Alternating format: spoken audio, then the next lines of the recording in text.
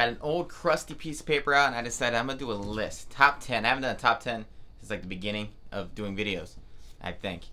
But top 10 actors who should have been nominated but were snubbed. Let me move this slide closer. God damn, it's blinding. So here's my top 10 list. Best performances, never nominated. So number 10, Uma Thurman, Kill Bill. Uma's such a weird name. But I feel like throughout the Kill Bills 1 and 2, and Quentin counts as one movie, so do I, she had to show a lot of range. I feel like this is a great example of range in carrying a film, and she had the entire gambit of emotions throughout this, and it's very memorable. She gave a very memorable performance that is one of the best in his filmography. I think Samuel L. Jackson has a lot of memorable performances, and he should have been nominated for like 10 of them. So it's really hard to pick with Sam Jackson. And I'm amazed that he hasn't been nominated. But Uma Thurman, I feel like, is a great example of Hollywood always whining that, oh, there's not enough female-led action movies and not enough female-led this, that, and the other thing. And then you got one, you didn't nominate her. You sons of bitches. Should have did it. Number 9. A lot of people won't agree with this one, but Hugo Weaving in The Matrix.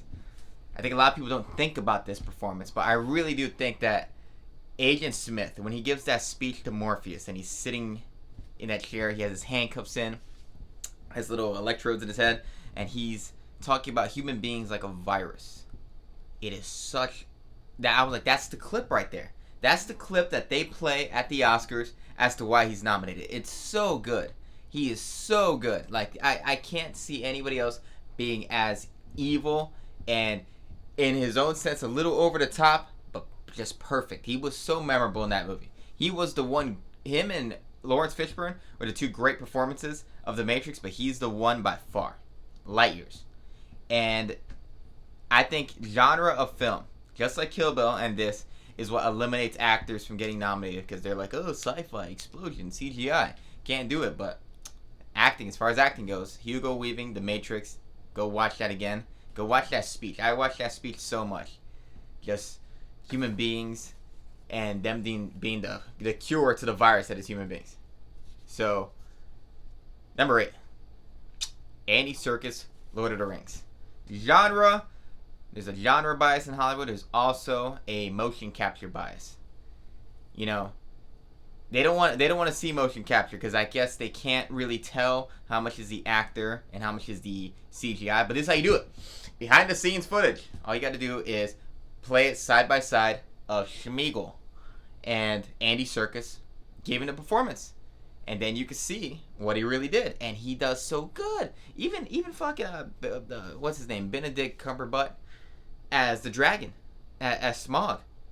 Great performance. But Hollywood doesn't care. They don't nominate anything because they're like, oh, it's a CGI rendering. I'm like, it's still acting. These people are all alone on like mats crawling on the floor with fucking gray suits. They look crazy. They look like aliens. So, should have been done. Number 7. Hugh Jackman in Prisoners. I've seen Prisoners twice, I think. It's a hard movie to watch. It's very not fun to watch. It's a very miserable, terrifying movie. Makes you never want to have kids and how scary the world is. Paul Dano in that movie is great, as he is in every movie. But Hugh Jackman is so realistic, it makes you sad. It doesn't feel like a performance. It feels so real. That movie feels so grounded in reality, and his performance is so genuine that it's horrifying. Because it's so, I'm like, this is every dad in that situation, and it's hard to take your eyes off him, and you never want to see that movie again because it's too real. And I'm amazed that type of movie, it's just dramatic, it's just a drama, and how does that not get nominated? I don't get it. Number 6, Jack Nicholson in The Shining. One of the most iconic performances in history. It's one of the most reenacted performances ever. It's one of the most memorable performances ever. I mean, people have been talking about him as Jack for ages, and that was never nominated. How? It's the iconography of The Shining, and that performance has lived on forever. And it's just mind blowing that that never got nominated. I never knew that. And just think about that. Just think about how much weight that performance has had throughout film history. And Halloween, god damn it. The amount of people who have just imitated that performance. That shows you the impact of it. And it never got nominated. Look at a little piece of paper, by the way. I was like, what am I looking at? Little crusty piece of paper I wrote my list on. Robert Pattinson in Good Time. Robert Pattinson went from being that Twilight guy, that guy who went out and sparkled like diamonds, to a phenomenal actor. And I think that... Oh, 1 second. Some of my doctor's calling me. Don't call me right now. Robert Pattinson in Good Time, though, really showed that he is an Oscar-worthy actor. That is such a great performance. He puts on an accent. He dyes his hair. He really changes his whole look.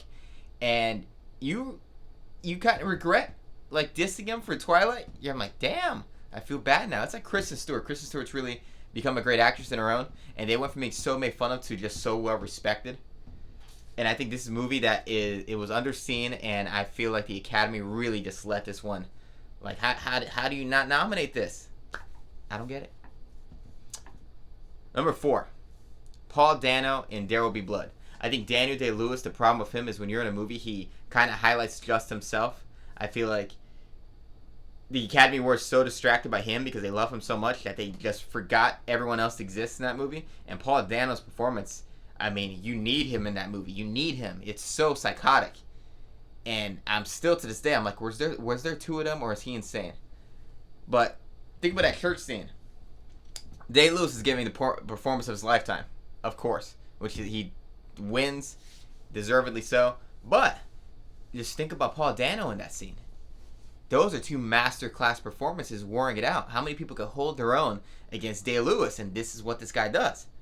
Daniel Day-Lewis and Paul Dano in that scene alone, that could have been the thing right there on the screen. Just see both of them back to back. They should have cut them both at the same time when you're doing the thing. Their little 5 floating heads. These are the nominees. Boom. That's the clip right there. So, mind blown. I don't think this guy's ever been nominated. Has he ever been nominated? He's Riddler. He's Riddler coming up. Number 3, Toni Collette, Hereditary.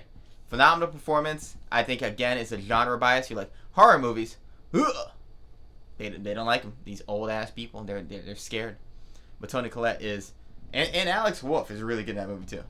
But Toni Collette is terrifying. She's gut wrenching. It's really hard not to feel sympathetic for her, but at the same time, she's in a rage the whole movie. So it's like, I wouldn't hang out with you.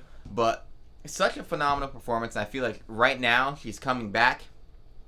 She vanished forever. I think she was like in a Sixth Sense. Then who the hell is Toni Collette? And then Hereditary happened, and everyone knows. And people were saying she got snubbed like crazy when that year came out.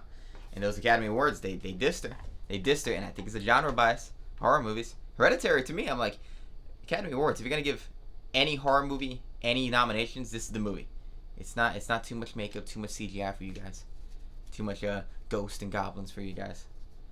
Number 2, Christian Bale, American Psycho. It's kind of like Jack Nicholson. It's like the 90s Jack Nicholson. Great, legendary, very famous performance that was never nominated, and he should have been. But, I mean, people have been imitating and obsessed with American Psycho for so long and never got nominated for it. Just blows your mind.